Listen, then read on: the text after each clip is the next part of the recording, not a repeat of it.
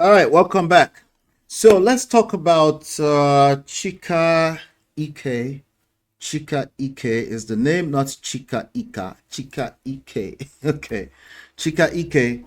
And we're going to talk about Regina Daniels. These are Nollywood actresses, popular superstar, rock stars. We'll talk a little bit about Ned Nwoko, who is a senator in Nigeria, who is husband to Regina Daniels. Regina Daniels is the sixth wife.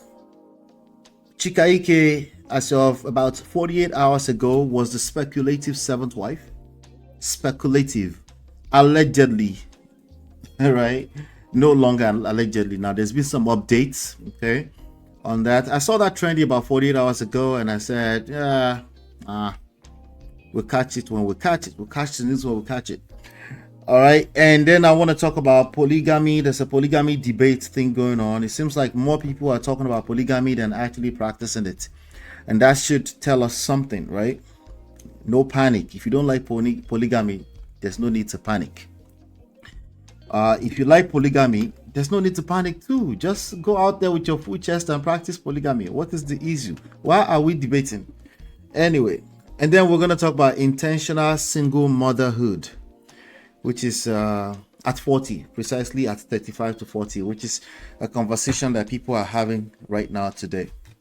But while we're talking about this, Chika Ike, the young lady, I guess she's 40 this year. She was born in 1985. I think Regina Daniel is how young? Maybe 31, 30, something like that. But anyway, she's married. She got married at a very young age to this above middle age, 59, 65-year-old man, Ned Nwoko. And, since then, a lot of people have fantasized about polygamy. And I have a question around that. Is Ned Nwoko, is that a realistic goal for young men today? That's the first question that I have around that. Anyway, she put out a pregnancy photo shoot, and, she's happy, I guess she's had the baby already. So congratulations to Chika Ike. So a lot of people, because there's a lot of rumors, I'm finding out for the first time that there's been some rumor that she was actually dating Ned Nwoko at a particular time, but she was married. She was married for 7 years up to 2013 or so, and she's never had children. So people started speculating that she was pregnant for Ned Nwoko, who is the young 60-something-year-old man right behind Regina Daniels right there. And and then the whole internet was going wild. But they've since put out a statement that they are not pregnant for each other. Okay, so I don't know if that's good news. I don't know if that's good news is that congratulations to her, she's had a baby. Okay. So I'm looking at this report on Daily Post. It says Regina Daniels deactivates Instagram account. This was put out early yesterday. Deactivates Instagram account as husband allegedly welcomes child with Chika Ike. Now, Daily Post is supposed to be a reputable newspaper, and they seem to be following the allegedly. They don't do any research. They don't make any calls. They just put out the news and they slap allegedly on it. Which is what Two-Face Baba was mocking the other day. I have a very strong feeling that you are still going to be liable, even if you say allegedly. It's coming up. Mark my words, okay? You don't get to just slander people's name by slapping allegedly on it, okay? Because they have to look at the impact of your actions. So if you're a blog, if you're a journalist or anything like that, I would say be careful.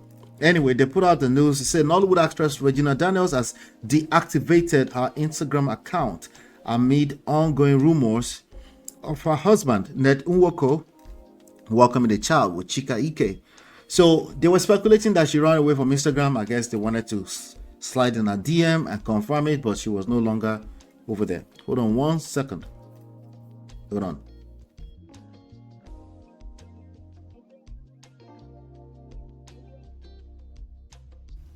Excuse me, guys. Okay, there you go. I have water.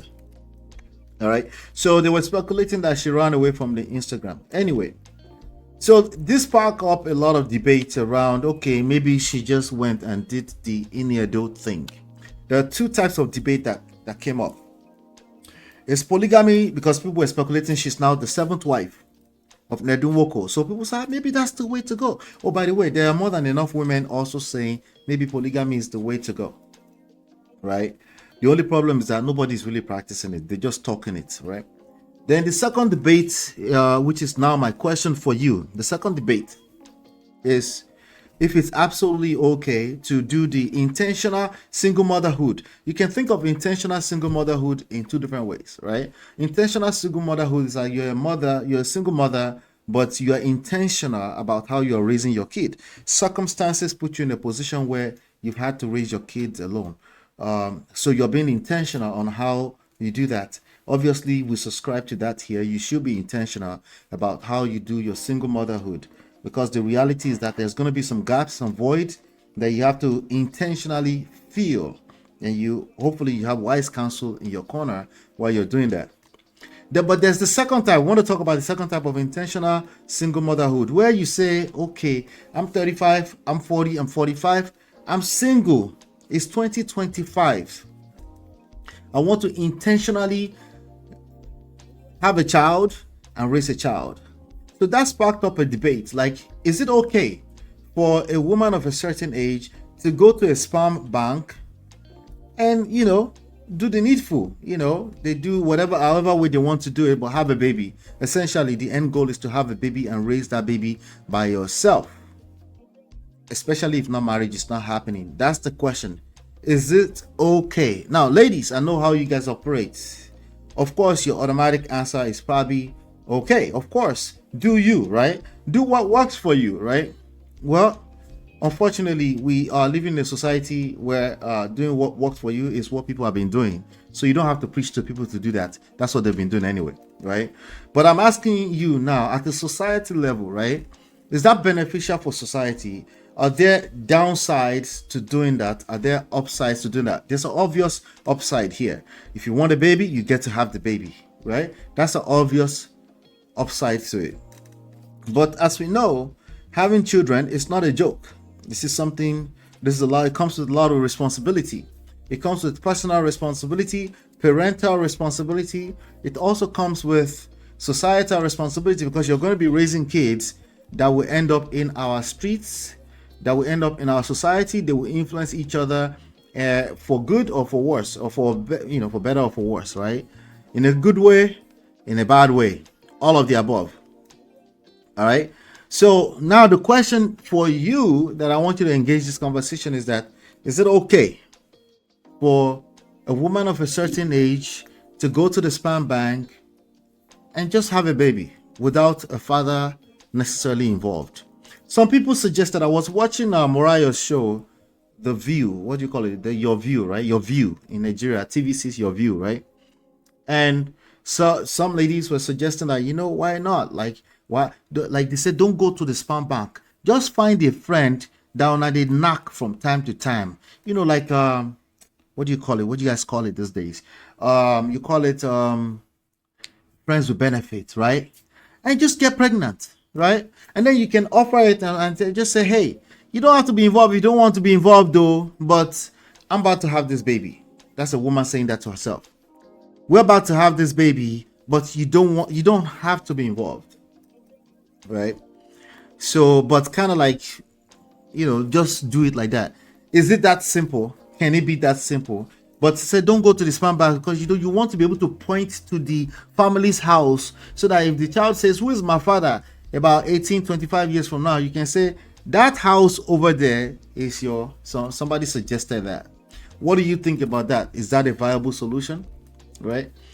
And some people say, oh, no, don't do that. Just go to the sperm bank, spend your money, have your baby, do the Iniedo style. There's no need for father. They might not have said it exactly like that, but sort of kind of like, that's what is insinuating. Like, what do you need a father for? When you are a woman, you have your own money, you're making your own money, you can raise your own kids, But I want you to think about this. As you can see, I didn't give much opinion here. I want you to think about it. Like, is there any downside to this? Is there any good side to this, right? Or a third solution, right?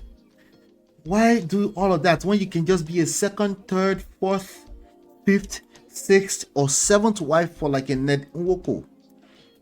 he has money, he will take care of you, right? Is that, which one of this is more of a realistic solution? Because somebody said, hey, what's the difference? After all, people are ending up being single mothers out here anyway, you know. But at the end of the day, you know, my body, my choice. This is 2025. But what do you think is the best solution for society at large? Not for you, ladies. I know for me personally, I get it, okay? But for the society, okay? What do you think is the solution? Abi, we don't need all of that. Forget society. Do you. Whatever your opinion is, say it out loud. I want to hear it in the comments. But that's the first story that we're covering here today. That's the headline story. But I have some other stuff that I want to get into. But that's my question for you. Hit the like button, share, subscribe, turn up your notifications so you're notified when we go live. I will be right back. It's your love that I've been missing. I miss all your hugs, your touching and kissing. My love on the floor, the couch in the kitchen. One love enough, we done enough.